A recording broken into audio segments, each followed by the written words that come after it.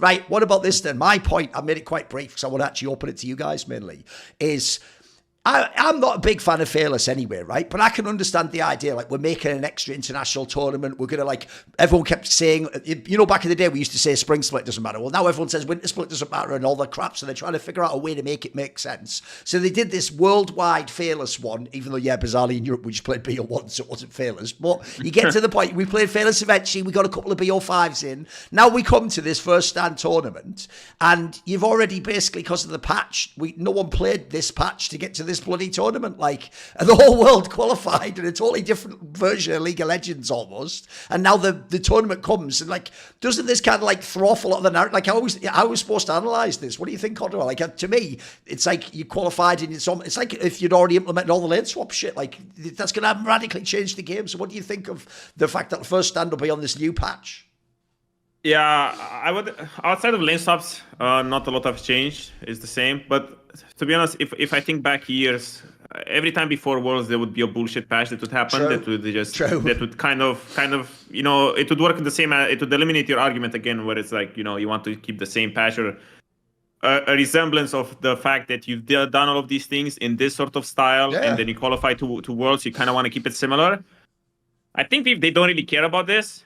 Just because every time there was Worlds, you had so many. I think out of the last 10 Worlds, there might be 5 or 6 Worlds with broken stuff happening that just got buffed. Systemic changes right before Worlds. Yeah. At the same time, it's hype because you're still forced to adapt. I still don't agree with the lane swap changes. I think at least they're poorly implemented right now. But I just like that actually says on the screen, like, get out that lane swap detected, get out little. That's just hilarious. And it's stupid. I mean, all they need is one of those air horns or like the shelter alarms, exactly. You know, like that's the siren they need to get out of the lane, you know. Woo, woo. Leave the lane now, leave the lane immediately, peacefully. Actually, as somebody who doesn't play top lane in solo queue, does it affect support roams top if you're like getting ganked or enemy team is ganking you? There's this video, I think. The Royal Cannon, I think you must know him because he's like a millionaire. I think he's playing top. And the Elise support is coming at like 320 to dive top. It's Renekton Elise versus a Gangplank. Elise auto-attacks the Gangplank one time, Tower one-shot her, and then Tower one-shots the Renekton as well, 900 damage, Tower shot just like that. It's ridiculous, isn't it? Oh. And, okay, well, the thing is, it kills a lot of the things that you could be doing. I mean, I get the spirit of it. Eliminate lane swaps, cool. But it's so jank that even legit strats might just, you know, end up being bad in, like, some cases. Especially now, because what happens is, I saw it in solo queue. My team did, like, a late invade on top side, and then my support walks through mid lane to run back to his own lane, right? So what happens, lane swap detected alert. My mid laner is farming the whole 6 minions from the first wave, gets 0 XP and is level 1 with 0 XP. Okay. And then the game is completely just doomed. So I think it's still gonna be cool. It's gonna be a cool tournament. I think the reason why they introduced it is also just to try Fearless, because I think Fearless in theory shouldn't really exist because it doesn't make sense from a competitive standpoint. But given the fact that League is fighting with this issue that the pro meta is stale, and you all have 1, 2, 3, 4, 5 champions that are completely dominating pro meta for 10 years now, with, you know, Azir, Orianna, Ornn, these champions come and go 24/7. Or Cassante, sorry, he was the biggest criminal of pro play. When you don't have a good face for this, then Fearless comes in, and it's exciting just because you get to see different matchups. You don't see the same shit every game. So at least from a viewer perspective, or even from a player perspective, I didn't get to play it, obviously, but I would enjoy it, to be honest.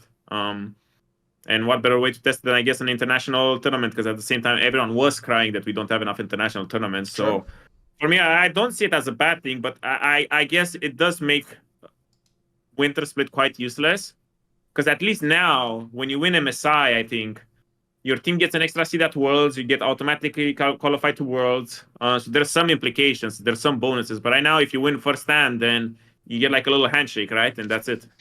Well, I mean, it's funny for us as European fans, but can you imagine the pressure the Chinese and the Korean teams are under right now to sort this shit out before they go to first stand in a week?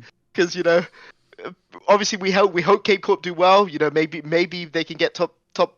I mean, I don't think anyone thinks KC are going to win this tournament, but like, you know, we hope that maybe they can go top 2, you know, put up a good fight, get a best of 5 against an Asian team, beat TL, you know.